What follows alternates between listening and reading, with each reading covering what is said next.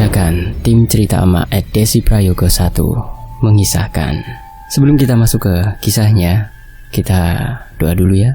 A'udzu bikalimatillahi tammati min syarri ma khalaq. Bismillahirrahmanirrahim. Wa huwa samiul alim.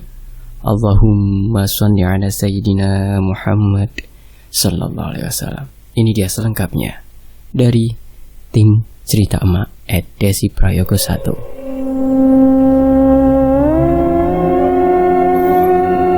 Kata mama begitu sangat melekat di hati anak-anaknya. Mama. Banyak sekali film dokumenter yang membahas tentang sosok mama. Hampir setiap genre film ada. Mama adalah sesosok bidadari di mata anak-anaknya. Beliau yang mengandung 9 bulan sampai merawat kita mulai dari lahir hingga tumbuh dewasa. Tapi pernahkah kalian menyadari bahwa sosok mama juga ada yang menjadi malaikat pencabut nyawa anaknya sendiri? Seperti cerita yang dikirim oleh narasumber kita kali ini. Narasumbernya bernama Jihan. Jihan ingin membagikan satu kisah, di mana kisah ini terjadi kepada teman kecilnya.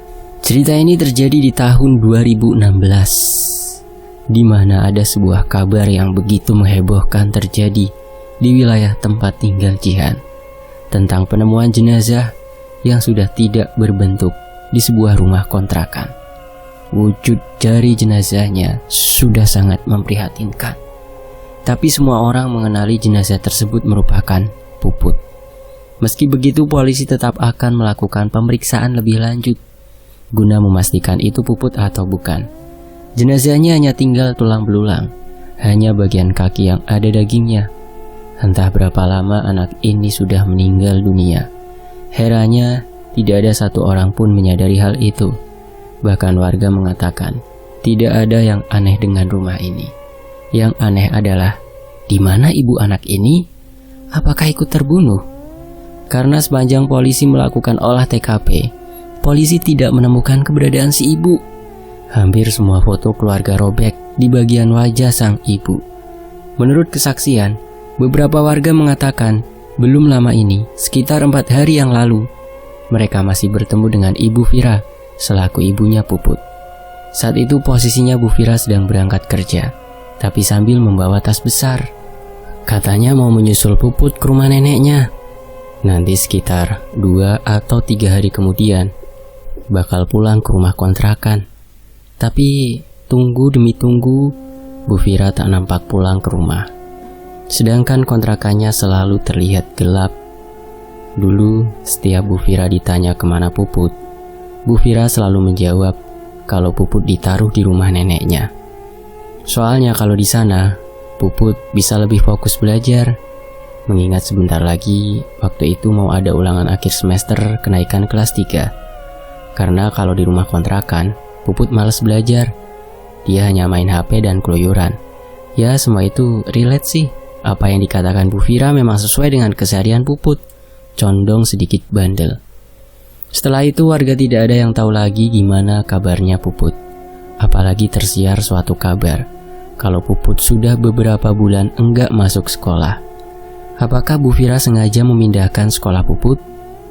Pihak sekolah sempat datang ke rumah kontrakan dan juga bertemu langsung kok sama Bu Vira.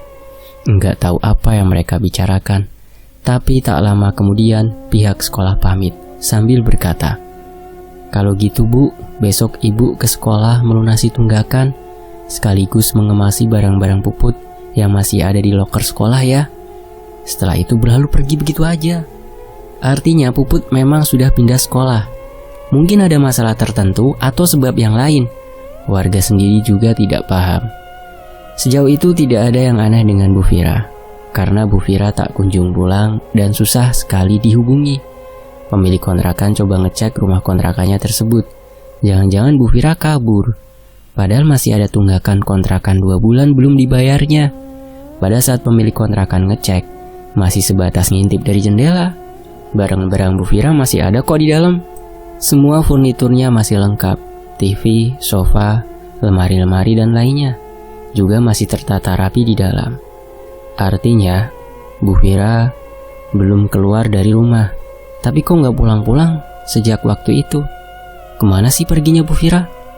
Terus pemilik kontrakan ini iseng ngecek tanduan air yang ada di belakang rumah. Si pemilik kontrakan lewat lompongan atau gang samping kanan rumah untuk ke area belakang. Tiba di area belakang, pemilik kontrakan ini kaget. Soalnya banyak sekali burung pemakan bangkai berterbangan dari area gudang kecil. Gudang tersebut memang letaknya ada di belakang rumah. Pas beliau samperin untuk ngecek ke dalam, beliau terkejut bukan main. Masalahnya di dalam situ ada sebuah tubuh yang sebagian besar sudah berbentuk tulang belulang. Yang masih ada dagingnya itu cuma di bagian kaki. Itu pun dari lutut ke bawah doang yang dagingnya masih ada. Kondisinya sudah compang-camping. Innalillahi. Langsung orang ini menghubungi kantor polisi setempat supaya kasus ini bisa segera ditindak lebih lanjut. Si pemilik kontrakan langsung keluar rumah dan memberitahu beberapa warga sekitar. Akhirnya tak lama kemudian polisi tiba. Barulah jasad atau jenazah yang sudah 85% tinggal tulang belulang ini dibawa ke rumah sakit untuk diperiksa lebih lanjut. Beberapa orang dimintai keterangan tentang penghuni rumah kontrakan tersebut. Termasuk si pemilik kontrakan juga ikut memberikan kesaksian sampai polisi menduga bahwa pembunuh anak ini kemungkinan adalah ibunya sendiri yang dibantu oleh beberapa orang pria. Saat ini polisi lebih fokus ke proses penyelidikan dan mencari keberadaan si ibu. Jasad tersebut sementara disimpan di salah satu kamar mayat rumah sakit. Puput. Siapa sih Puput ini? Puput yang memiliki nama panjang Erina Puput Wulandari, yang biasa disapa Puput kalau di lingkungan rumah. Tapi kalau di sekolah akrab disapa Erin, merupakan seorang remaja berusia 17 tahun.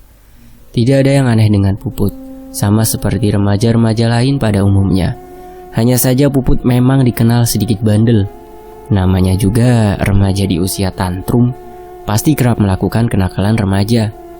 Puput adalah anak tunggal dari pasangan Vira dan sebut saja Udin. Tidak ada warga yang tahu tentang identitas dari bapaknya Puput. Menurut info yang diketahui warga, sejak usia kandungan Bu Vira 8 bulan, bapaknya Puput sudah meninggalkan Bu Vira. Ada juga yang mengatakan kalau Bu Vira hanyalah istri siri, sedangkan bapaknya ini merupakan suami orang. Makanya kalau Bu Vira ditinggalkan gitu aja, bukan suatu berita yang aneh, karena statusnya hanyalah istri simpanan, bukan istri sah. Jatuhnya Bu Vira hanyalah perusak rumah tangga seseorang. Di sini kita tidak bermaksud menghakimi, tapi kita hanya menyampaikan apa adanya, persis seperti yang ditulis narasumber. Jadi Bu Vira sudah lama tinggal atau menjadi warga kampung tersebut. Makanya warga sekitar begitu mengikuti perkembangan Bu Vira hari demi hari. Bahkan saat Bu Vira mengalami kontraksi melahirkan Puput waktu itu, dia harus bersusah payah seorang diri, sambil dibantu beberapa tetangga yang menaruh simpati kepadanya. Ya meski juga ada beberapa warga yang julid. Akhirnya lahirlah anak perempuan Bu Vira yang pertama di tanggal 23 Oktober 1999. Anak itu diberi nama Erina Puput Wulandari. Karena kebutuhan hidup semakin lama kian banyak, akhirnya Bu Vira memutuskan untuk bekerja. Beliau mempekerjakan seseorang untuk merawat dan menjaga Puput selama beliau kerja. Semacam babysitter atau pengasuh bayi, sebut saja namanya Bu Kiki. Rumah Bu Kiki juga tidak jauh dari rumah kontrakan Bu Vira. Jadi setiap Bu Vira kerja, pasti menitipkan Puput ke rumah Bu Kiki dulu, baru berangkat. Yang warga tahu, Bu Vira ini bekerja di sebuah pabrik kopi. Lokasinya juga tidak jauh dari kampung. Tapi saat polisi ngecek ke sana, menurut informasi dari SPV-nya atau supervisornya nih, Bu Vira ini sudah bolos kerja hampir 1 minggu. Pihak perusahaan juga ada rencana untuk ke rumah kontrakan Bu Vira. Barangkali Bu Vira sakit atau apa. Soalnya nggak ada kabar sama sekali. Handphonenya juga tidak bisa dihubungi. Nggak taunya ada kasus seperti ini. Jelas semua orang sepabrik kaget bukan main. Kalau benar apa yang dikatakan polisi, artinya Bu Vira ini sudah tega berbuat seperti itu kepada anaknya sendiri. Sedangkan sejak akhir September tahun 2015, entah kenapa suasana kampung itu kesannya aneh. Vibes-nya itu udah horor atau serem-serem kayak gimana gitu. Hampir semua warga bersaksi, selalu ditampaki hantu perempuan dengan wujud yang menyeramkan. Sekujur tubuhnya penuh darah dan wujudnya hampir mirip 11-12 sama kuntilanak. Matanya hitam dan selalu mengeluarkan air mata, tapi berbentuk darah. Sosok ini kerap nangkring di atas pohon mangga depan rumah kontrakan Bu Vira. Kadang juga sering menampakkan wujudnya secara tiba-tiba. Orang-orang yang ketemu sama wujudnya kalau nggak lari sambil teriak ya pingsan. Tapi warga tidak berpikir kalau arwah itu adalah arwah Puput. Meski perawakan tubuhnya sosok ini mirip sekali sama Puput. Cuma kan bentukannya kayak kuntilanak. Jadi warga tidak sadar. Dipikirnya ya emang hantu-hantu iseng yang entah datang dari mana. Sekarang kita akan sama-sama membahas teror yang dialami oleh warga setempat ketika bertemu atau berhadapan dengan sosok ini. 1. Pak Bagio. Pak Bagio sebenarnya bukan masyarakat kampung setempat, melainkan warga dari kelurahan yang berbeda. Hanya saja Pak Bagio selalu mencoba peruntungannya berjualan di kampung ini. Setiap harinya, Pak Bagio ini berjualan gerabah, seperti alat-alat dapur gitulah, yang beliau jual memakai mobil pick up. Tidak pernah terlintas di pikiran Pak Bagio bahwa hari itu beliau akan bertemu dengan sosok ini. Mungkin hari itu adalah hari apesnya, jadi terjadilah peristiwa tersebut di pukul 20.30. Pak Bagio masih keliling dari satu kampung ke kampung lainnya, menawarkan dagangannya. Siapa tahu ada yang berniat membeli. Kebetulan hari itu dagangannya sedikit sepi, tidak seperti hari-hari biasanya. Pada saat melintasi daerah kampung rumah Puput, biar enak kita sebut saja kampung Nangka. Entah kenapa perasaan Pak Bagio aneh sekali. Enggak biasanya kampung Nangka jam segini udah sepi banget. Biasanya, paling tidak, ada beberapa orang masih terlihat nongkrong di depan rumah masing-masing. Minimal bapak-bapak kampung Nangka. Cuma hari itu kampung Nangka kok terlihat sunyi sekali. Bahkan hanya suara speaker milik Pak Bagio saja yang terdengar. Tak lama muncul seorang bapak-bapak keluar dari rumahnya. Bilang gini ke Pak Bagio, "Yuk, putar balik aja. Jangan terus ke sana yuk, bahaya." Pak Bagio yang mendengar itu agak keheranan. Masalahnya, Pak Bagio belum mendengar rumor tentang penampakan hantu tersebut. Singkat cerita, Pak Bagio abai dengan apa yang telah disampaikan bapak-bapak ini. Beliau terus masuk ke dalam kampung untuk menawarkan jualannya.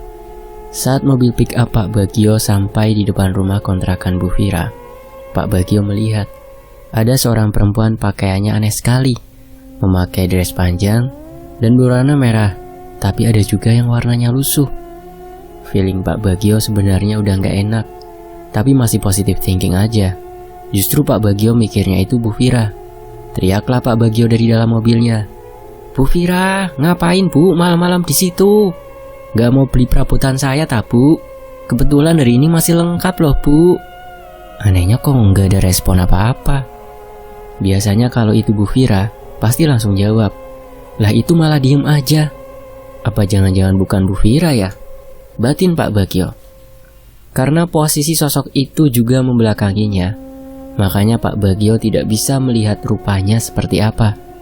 Saat Pak Bagio berusaha mengamati sosok tersebut, tahu-tahu Pak Bagio melihat sosok Bu Vira ngintip dari jendela rumah kontrakannya. Bu Vira melihat mobil Pak Bagio biasa, sebelum akhirnya beliau menutup kembali gordennya dan mematikan lampu rumahnya. Melihat itu, kagetlah Pak Bagio. Walau Bu Vira ada di dalam rumah, terus yang beliau lihat itu siapa? Waktu beliau sorotkan lampu mobilnya ke arah yang beliau lihat tadi, sosok itu udah nggak ada di sana. Akan tetapi, Pak Bagio dikagetkan dengan suara perempuan yang berdiri di belakang mobilnya. Perempuan itu ngomong gini, "Pak, kalau celengan ayam ini berapa harganya?" Pak Bagio yang kaget berusaha mengatur kembali nafasnya. Barulah setelah itu, beliau mengintip dari kaca tengah, berusaha melihat pemilik suara itu siapa. Dari situ Pak Bagio bersumpah kalau beliau melihat sosok kuntilanak, wujudnya aneh sekali. Rambutnya gimbal acak-acakan. Wajahnya itu nggak ada kulitnya sama sekali. Hanya ada daging segar serta penuh darah. Mata sosok itu hitam. Sosok itu tertawa cekikikan di belakang. Pak Bagio berusaha menyalakan mesin pick-up-nya. Nggak tahu kenapa, pick-up-nya malam itu rewel, tidak pada situasi yang tepat. Terus Pak Bagio berusaha membuat mobilnya jalan. Tapi sebelum sempat mobil Pak Bagio jalan, sosok perempuan itu tahu-tahu sudah berdiri di samping kaca mobil Pak Bagio. Kali ini Pak Bagio melihat dengan jelas wajah sosok itu. Pak Bagio kaget dan ketakutan, langsung pingsan di dalam mobil. Beliau terbangun ketika hari sudah pagi. Di situ sudah banyak sekali warga yang berusaha membangunkannya. Beberapa ibu-ibu terdengar memanggil namanya berkali-kali. Pak Bagio yang masih setengah sadar turun dari mobil. Ekspresi Pak Bagio di situ terlihat kacau sekali. Beliau ceritakan kejadian semalam yang beliau alami, apalagi posisinya di situ juga ada Bu Vira. Semakin Pak Bagio cerita, terlihat jelas ekspresi wajah Bu Vira yang marah. Sampai-sampai Bu Vira berkata seperti ini dengan nada yang membentak. "Jangan ngarang cerita kamu, Yok. Mau kamu apa sih? Bilang anak saya mirip hantu. Anak saya di rumah neneknya sekarang. Udah kalian pergi sana. Saya mau berangkat kerja ini." Seraya mengusir tetangganya dan pergi menjauh. Warga justru bingung dengan sikap Bu Vira. Padahal Pak Bagio hanya bilang kalau wujud dan suara sosok yang beliau lihat semalam entah kenapa mirip sekali sama Puput. Pak Bagio ya hanya menyampaikan apa adanya, sesuai dengan yang beliau alami langsung. Kemudian kejadian yang menimpa Bu Kiki. Masih ingat bukan dengan sosok Bu Kiki? Ya, seseorang yang berjasa sekali dengan pertumbuhan Puput karena beliau yang merawat. Ketika Bu Vira berangkat kerja kan Puput dititipin. Seseorang yang disewa jasanya sama Bu Vira untuk menjaga Puput selama beliau kerja. Sejak usia 1 bulan sampai Puput usia 15 tahun. Bu Kiki lah yang mengasuh Puput. Tapi Bu Kiki sedikit heran melihat sikap Puput. Padahal kalau Puput selama bersama Bu Kiki, dia selalu jadi anak yang manis, nurut dan murah senyum. Sedangkan kalau bersama ibunya sendiri, Puput malah berubah 180 derajat. Jadi anak yang pemarah, arogan dan kurang ajar. Sampai-sampai Bu Vira menuduh Bu Kiki lah yang sudah merubah sifat anaknya, membuat anaknya jadi tidak patuh lagi kepadanya. Sekarang kita berpikir dan memposisikan diri sebagai Puput. Bagaimana bisa anaknya dapat menerima ibunya kalau ibunya sendiri tidak bisa menerima kehadiran anaknya? Tidak pernah meluangkan waktu untuk anaknya, sibuk dengan urusannya sendiri, sama sekali tidak mau bertanya apa yang sedang anaknya rasakan. Setidaknya bertanya tentang apa kemauan anaknya, karena Bu Kiki yakin bahwa uang bukan menjadi kebutuhan seorang anak, melainkan yang anak butuhkan adalah pelukan dan kasih sayang. Ibu kandungnya sendiri malah lebih menuangkan kasih sayangnya kepada kekasih barunya daripada diberikan ke anaknya sendiri, anak kandung. Ibunya sibuk menuntut anaknya untuk selalu berprestasi. Tapi dari hal kecil tentang anaknya saja, si ibu tidak memperdulikannya. Apakah semua itu sudah adil untuk si anak? Ini darah dagingnya sendiri loh. Jauh sebelum ada kekasihnya, anak inilah yang sudah hadir dalam hidupnya. Gara-gara sikap Puput yang berbeda itulah, Bu Vira tidak mengizinkan kembali Bu Kiki bertemu dengan Puput. Bu Kiki sadar diri bahwa beliau hanyalah seorang pengasuh, bukan ibu kandung Puput. Tapi bagi Bu Kiki, Puput sudah seperti anaknya sendiri. Beliau asuh dan besarkan Kiki dengan kasih sayang. Bahkan gaji yang beliau dapat dari Bu Vira selalu Bu Kiki belikan untuk kebutuhan Puput. Pokoknya yang Bu Kiki pikirkan hanya Puput. Hingga beredar kabar kalau Puput dipindahkan ke rumah neneknya. Bahkan kabarnya Puput sudah dipindahkan sekolah. Artinya Bu Kiki akan sedikit kesusahan bertemu dengan Puput. Kalau biasanya Puput masih bisa curi-curi kesempatan ketemu sama Bu Kiki. Tapi sejak Puput pindah, semuanya berubah. Sesekali, Bu Kiki melewati rumah kontrakan Bu Vira untuk melepas kangen dengan Puput. Kita flashback ke memori lamanya. Saat masih bermain-main sama anak manis itu, bahkan dulu pernah Jihan jadi alasan agar Puput bisa bertemu sama Bu Kiki. Semakin lama Bu Kiki menahan rasa rindunya, membuat tubuh Bu Kiki drop. Hingga sekitar bulan Oktober tahun 2015, Bu Kiki ingat kalau hari itu adalah ulang tahun Puput. Beliau coba kirimkan ucapan ulang tahun ke Puput melalui pesan SMS, tapi tidak mendapat respon apa-apa. Bu Kiki coba belajar ikhlas, menerima kalau selamanya beliau tidak akan bertemu lagi dengan Puput. Sang suami sampai rela cuti kerja untuk mengajak beliau jalan-jalan keluar kota, melupakan pelan-pelan apa yang Bu Kiki rasakan. Nyatanya semua itu sangat sulit sekali. Pada suatu malam, ketika Bu Kiki sedang sendirian di rumah, suaminya masih harus lembur di kantor. Sekitar pukul 23, pintu rumah beliau ada yang mengetuk dari luar. Beliau pikir suaminya sudah pulang. Akhirnya beliau bergegas membuka pintu. Waktu beliau buka ternyata itu bukan suaminya, melainkan Puput. Cuaca di luar kondisinya sedang hujan lebat. Langsung beliau ajak Puput masuk ke rumah. Beliau bersaksi kalau malam itu Puput sangat kedinginan. Tubuhnya basah kena air hujan. Puput sejenak memandang Bu Kiki.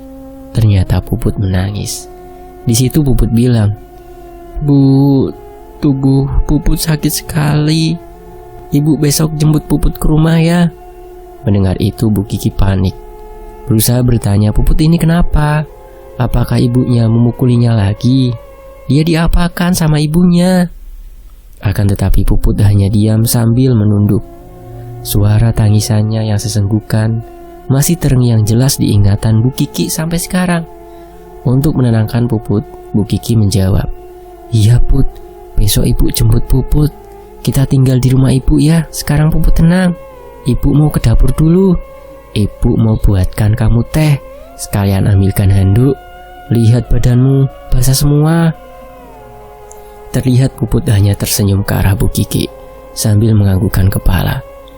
Beberapa menit kemudian Bu Kiki kembali ke ruang tamu dengan membawa segelas teh hangat juga handuk. Tapi Puput sudah tidak ada di sana. Bu Kiki melihat pintu rumahnya terbuka lebar. Kursi yang bekas diduduki Puput juga dalam keadaan basah. Bu Kiki memanggil nama Puput berkali-kali, tapi tetap tak ada jawaban. Padahal di luar sedang hujan angin dan petir juga menyambar di mana-mana. Kemana perginya Puput? Gumam Bu Kiki. Bu Kiki berharap Puput pulang ke rumahnya, supaya besok bisa Bu Kiki jemput ke rumah kontrakannya.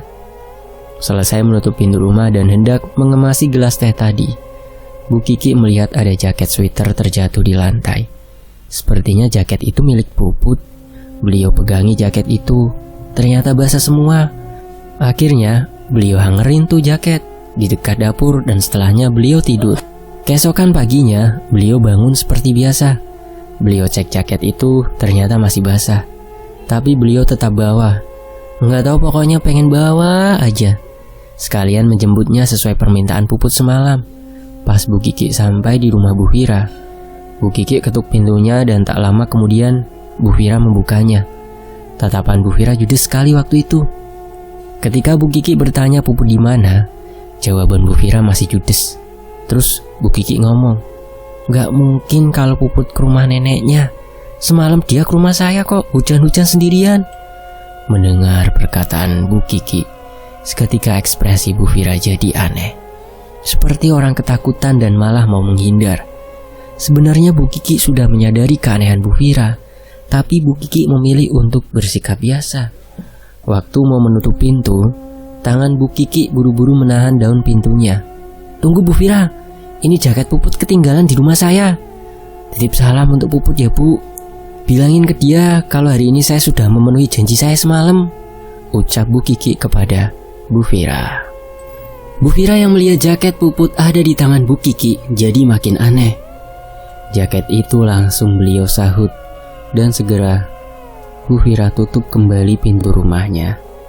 Bu Kiki juga bersaksi kalau di situ beliau tidak sengaja mendengar Bu Fira seperti teriak lalu menangis histeris. Ada yang aneh sepertinya sama Bu Fira. Tapi Bu Kiki tidak mau ikut campur karena beliau khawatir kalau beliau terlalu kepo, nantinya Bu Fira akan menyakiti Puput. "Semoga kamu selalu dalam keadaan baik-baik saja ya nak," doa Bu Kiki untuk Puput dalam hati. Setelah itu Bu Kiki pulang dan sama sekali tidak bertemu Puput lagi. Hingga terdengar kabar penemuan jenazah yang sudah menjadi tulang belulang di rumah kontrakan Bu Fira. Apalagi diduga kalau jenazah itu merupakan jenazah Puput. Ditambah pernyataan polisi yang mengatakan kalau benar itu ternyata jenazah Puput. Dia sudah tewas dibunuh sejak pertengahan bulan September. Jika semua itu benar, lantas siapa yang datang malam-malam ke rumahnya waktu itu? Demikianlah kisah dari Bu Kiki. Kemudian kita lanjut ke yang menimpa Pak Damar. Pak Damar merupakan seorang penjaga sekolah, lebih tepatnya sekolah lama Puput. Pak Damar satu-satunya orang yang cukup mengenal baik Puput, karena Puput tidak semenonjol anak-anak yang lain.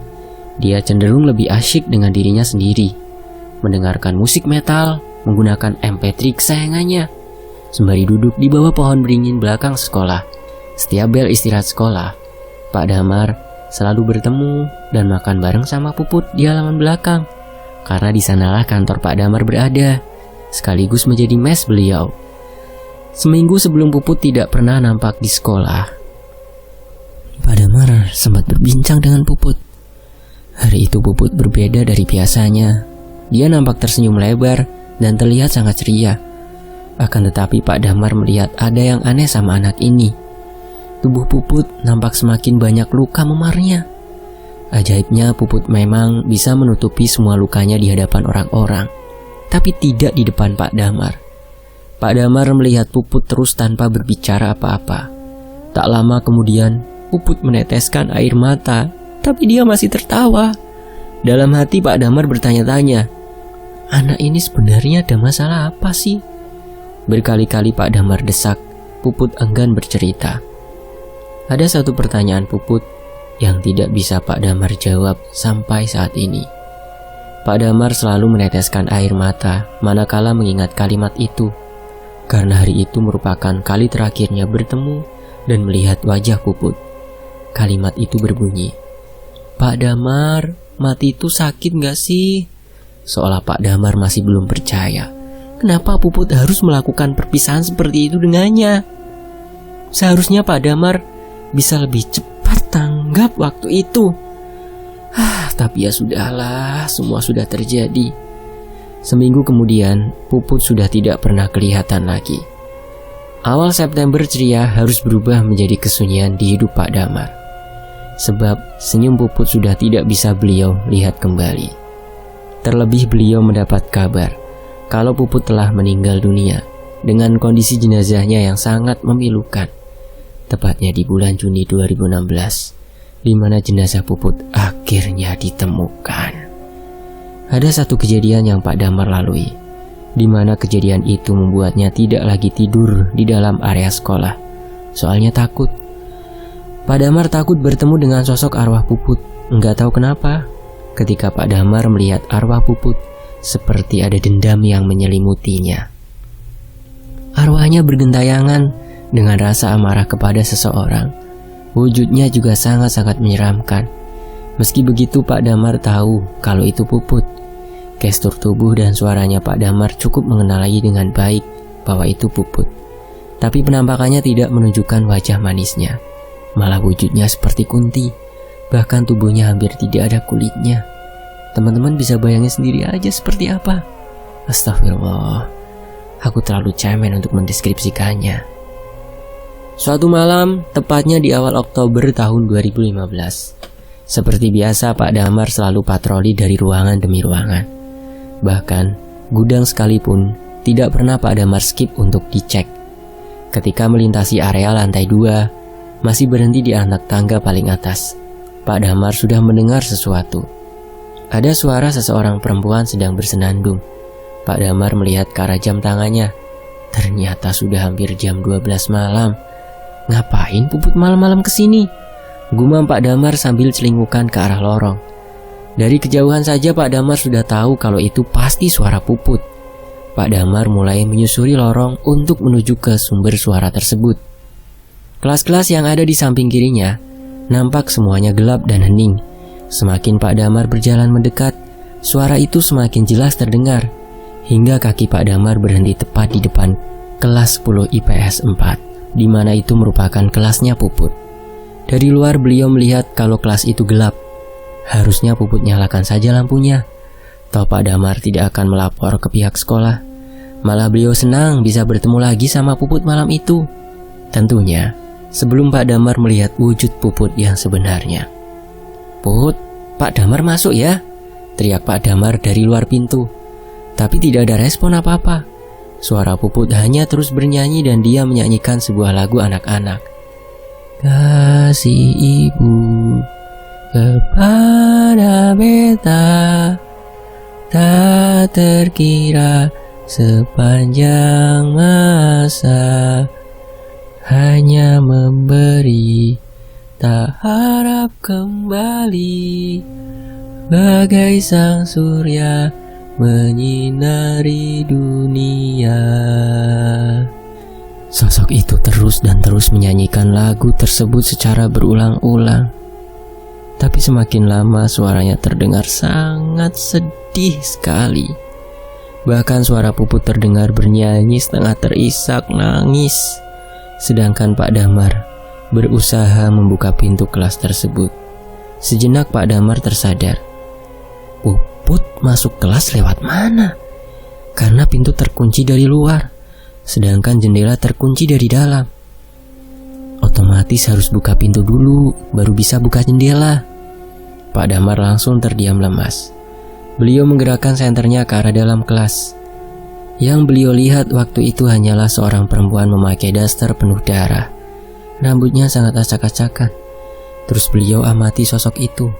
Akan tetapi sosok itu mulai berdiri dari duduknya. Pelan-pelan sosok itu berjalan dan sepertinya hendak mendekat ke arah pintu. Semakin lama Pak Damar bisa dengan jelas melihat sosok itu.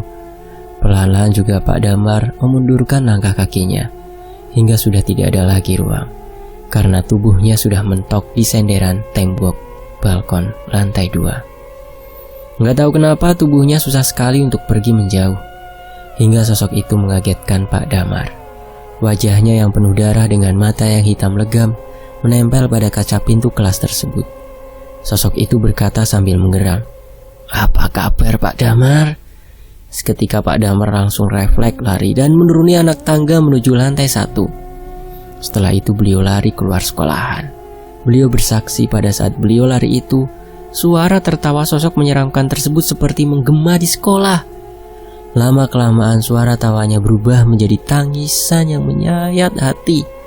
Selepas itu Pak Damar tidak tahu lagi apa yang terjadi, sebab beliau sudah berlari menuju rumah adiknya. Keesokan paginya, beliau langsung meminta izin untuk tidak lagi tidur di sekolah.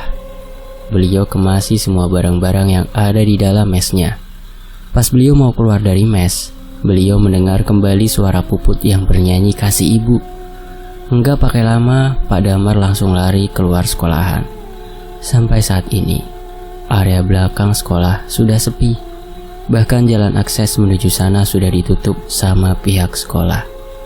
Mereka semua percaya kalau arwah atau sosok yang menyerupai Puput bergentayangan di sana.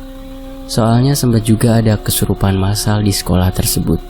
Ketika ada beberapa siswi yang nekat ke area belakang sekolah guna membuktikan hal tentang rumor hantu Puput yang sempat menghebohkan satu sekolah, malah berujung kesurupan massal. Jadi sangat disayangkan karena salah satu dari siswi itu tahu-tahu ditemukan meninggal dunia, bunuh diri di kamar mandi rumahnya. Layar siswi tersebut terlilit gorden shower kamar mandinya. Entahlah, apa kejadian siswi itu ada kolerasinya dengan arwah Puput yang gentayangan apa tidak? Pak Damar tidak tahu. Tapi kalau soal arwah Puput gentayangan, Pak Damar berkata, benar, arwahnya bergentayangan seolah menuntut balas. Dan itu tadi 3 teror yang bisa tim emak berikan untuk teman-teman, di mana 3 teror tersebut semua orang yang mengalaminya bersedia untuk kita tanya lebih lanjut. Sekarang kita kembali ke cerita pembunuhan Puput.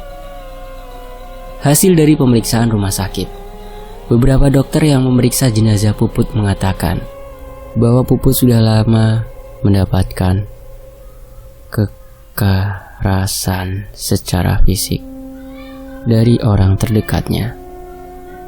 Kenapa bisa begitu? Hanya orang terdekat yang bisa melakukan kekerasan secara berkali-kali dalam rentang waktu yang lama dan sepertinya intens hampir setiap hari. Puput mengalami kekerasan tersebut.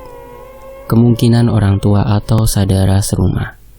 Berhubung Puput hanya serumah dengan Bu Vira, jadi kecurigaan polisi sepenuhnya mengarah kepada Bu Vira.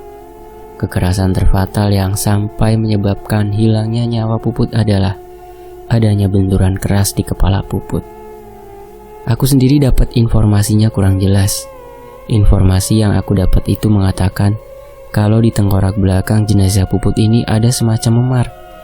Kalau dianalogikan dan tentunya menurut hasil pemeriksaan, luka memar ini biasanya didapat kalau seseorang dipukul menggunakan benda tumpul tapi berat. Contoh, seperti batu atau kayu dan sejenisnya.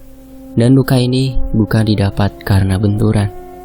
Kurang lebih seperti itu informasi yang bisa kita dapatkan. Dari semua narasumber yang berhasil kita hubungi, semuanya mengatakan demikian dan sama. Makanya di sini kami menulis berdasarkan apa yang mereka sampaikan. Tidak ada yang dilebihkan ataupun dikurangi. Dari hasil pemeriksaan tersebut, polisi langsung gencar melakukan penangkapan kepada Bu Vira. Sampai dilakukan beberapa cara agar Bu Vira ini segera ditangkap, supaya bisa cepat mempertanggungjawabkan perbuatannya. Semua orang tidak pernah menyangka bagaimana bisa seorang ibu kandung bisa berbuat keji seperti itu. 2 bulan polisi tidak bisa mengetahui di mana keberadaan Bu Vira. Ketika kasus kematian Puput ditutup untuk sementara waktu, polisi mendapatkan laporan dari salah satu warga, sebut saja warga Kampung Sawu, di mana orang ini mengabarkan bahwa ada mayat di sebuah rumah kontrakan di kampung tersebut. Mayat ini sudah hampir setengah membusuk, berjenis kelamin perempuan, dan berumur sekitar 37 hingga 40 tahunan. Hidup seorang diri dan yang warga tahu, orang ini pernah bekerja di sebuah pabrik kopi, sebelum akhirnya resign lalu berjualan kue basah. Jadi, Kampung Nangka dan Kampung Sawo itu lokasinya tidak jauh. Ibarat kata, Rolak ke Bendul. Jadi kayak seperti daerah Rolak ke Bendul. Itu Rolak itu daerah Surabaya ya, dan Bendul. Kalau anak Surabaya pasti paham cara espiro. Menurut informasi warga, orang ini pernah menikah dan pernah memiliki anak. Tapi suaminya memilih menceraikannya. Lalu, anak sematawayang mereka dibawa oleh sang mantan suami. Entahlah. Polisi seperti memiliki firasat. Jangan-jangan mayat ini adalah Bu Vira yang selama ini mereka cari-cari. Mulailah beberapa anggota polisi dikerahkan ke TKP.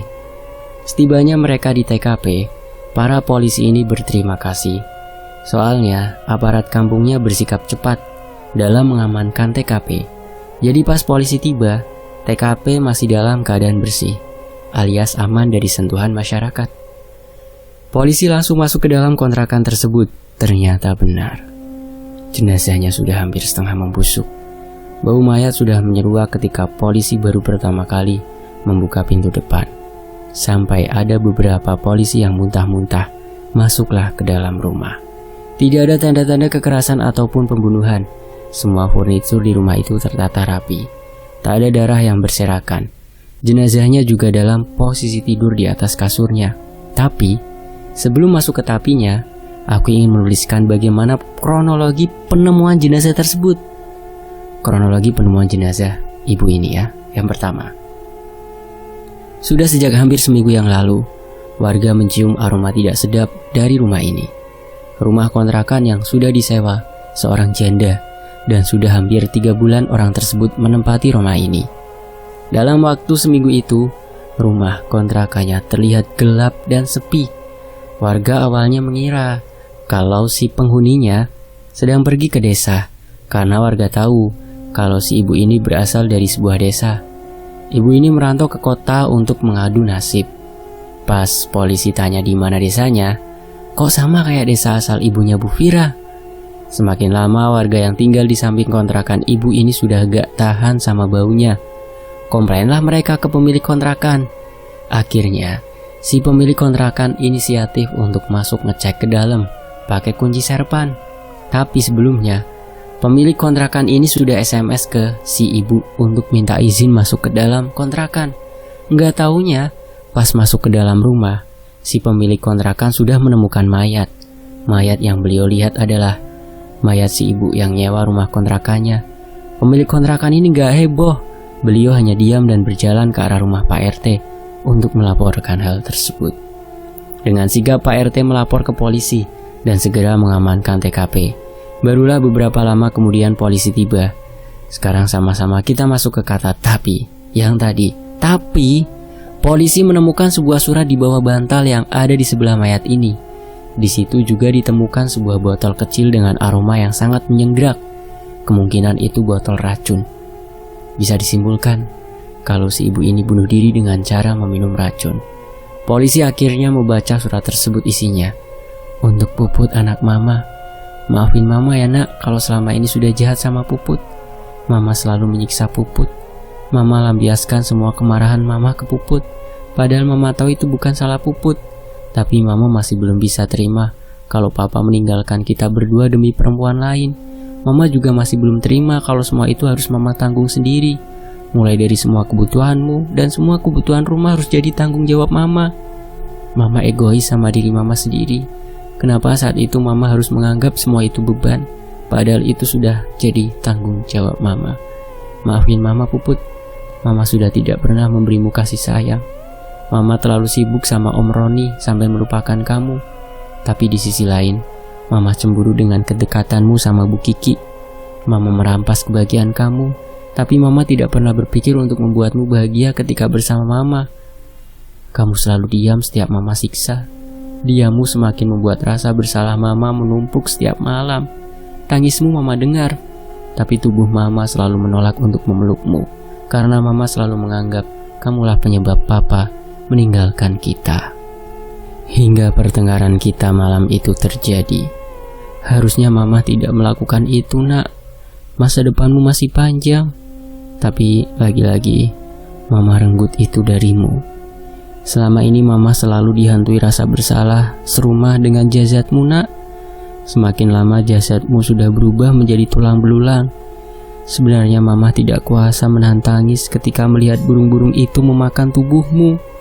Tapi Mama takut menghalau mereka. Puput, anak cantik Mama, sekarang Mama sadar. Sejauh apapun Mama pergi dan mencoba hidup yang baru sebagai sosok Nia, Mama tetap tidak akan lepas dari rasa bersalah telah membunuhmu malam itu nak. Percayalah, semua itu Mama lakukan secara tidak sengaja. Mama dipengaruhi emosi dalam diri Mama, sampai Mama gelap mata dan menghantam kepalamu menggunakan LPG. Percayalah, Mama menyesal nak. Kini Mama sudah bertekad untuk menyusulmu. Mama akan berubah untuk kamu nak. Mama akan menjadi seorang ibu yang baik untuk Puput. Semua belum terlambat nak. Kita mulai dari awal ya nak. Tunggu Mama. Begitulah isi tulisan suratnya dari Mama. Polisi yang membaca surat itu aja sampai nangis. Disitulah polisi baru tahu kalau jenazah yang ada di depan mereka adalah Bu Fira, ibunda dari mendiang Puput. Seseorang yang mereka cari selama ini. Baru di hari itu polisi ini melihat wajah Bu Fira seperti apa. Sayangnya Bu Fira ditemukan dalam kondisi sudah tidak bernyawa, sehingga beliau tidak bisa mempertanggungjawabkan perbuatannya. Meskipun tidak bisa di dunia, tapi pertanggungjawaban di akhirat pasti ada. Semua akan setimpal dengan apa yang Puput alami selama ini. Setelah selesai diperiksa, jenazah Bu Fira dan jenazah Puput dibawa pulang oleh pihak keluarga. Rencananya akan dimakamkan bersama. Kejadian aneh masih terjadi, di mana sepertinya jenazah Puput tidak bersedia dimakamkan di samping kuburan mendiang ibunya. Setiap kali tanahnya digali, selalu saja tertutup sendiri tanahnya. Hingga akhirnya pihak keluarga memutuskan memakamkan Puput jauh dari makam ibunya. Barulah jenazah Puput bisa dimakamkan dengan layak setelah posisi makamnya jauh dari makam ibunya. Bukan hanya itu, arwah mendiang Puput juga masih kerap menampakkan diri di bekas rumah kontrakan tersebut. Hebatnya, rumah kontrakan bekas mayat Puput ditemukan itu masih disewakan, dan epiknya masih ada orang nyewa di sana. Semoga orang yang menyewa itu selalu dalam perlindungan Allah. Cuma sekarang rumahnya itu sedikit kecil, karena area belakang sudah ditembok dan dipisah sama rumah kontrakannya. Kalau dulu ada akses ke belakang, sekarang sudah enggak ada. Sedangkan bekas rumah kontrakan bekas penemuan jenazah Bu Fira itu sudah dihancurkan. Sekarang malah jadi tempat usaha pemotongan hewan ternak. Tapi yang namanya aura mistis masih kerasa dan dialami sama pekerja yang kerja di tempat itu. Wallahu alam itu arwah Bu Fira atau bukan. Di kampung Sawo Bu Fira itu dikenal sebagai Bu Nia. Dan baiklah, itu tadi cerita seputar kematian Puput dan penemuan jasad Bu Fira. Terima kasih kepada teman-teman yang sudah menyimak kisah ini. Semoga teman-teman selalu dalam keadaan yang terbaik ya, dan bisa mengambil hikmah dari kisah ini. Dan mari kita doakan untuk Puput dan mendiang ibunya. Ya, walaupun jahat ya. Al-Fatihah. A'udzubillahi minasyaitonirrajim. Bismillahirrahmanirrahim. Alhamdulillahirabbil alamin arrahmanirrahim maliki yaumiddin. Iyyaka na'budu wa iyyaka nasta'in. Ihdinas siratal mustaqim siratal ladzina an'amta 'alaihim ghairil maghdubi 'alaihim waladdallin. Rabbi ighfirli wa liwalidayya amin. Demikianlah Mendiang Puput, sebuah kisah dari Mbak Jihan yang dituliskan oleh tim emak @desi prayogo 1. Tony FS pamit. Wassalamualaikum warahmatullahi wabarakatuh. Alhamdulillah. Sampai jumpa di kisah lainnya, tetap di Tony FS.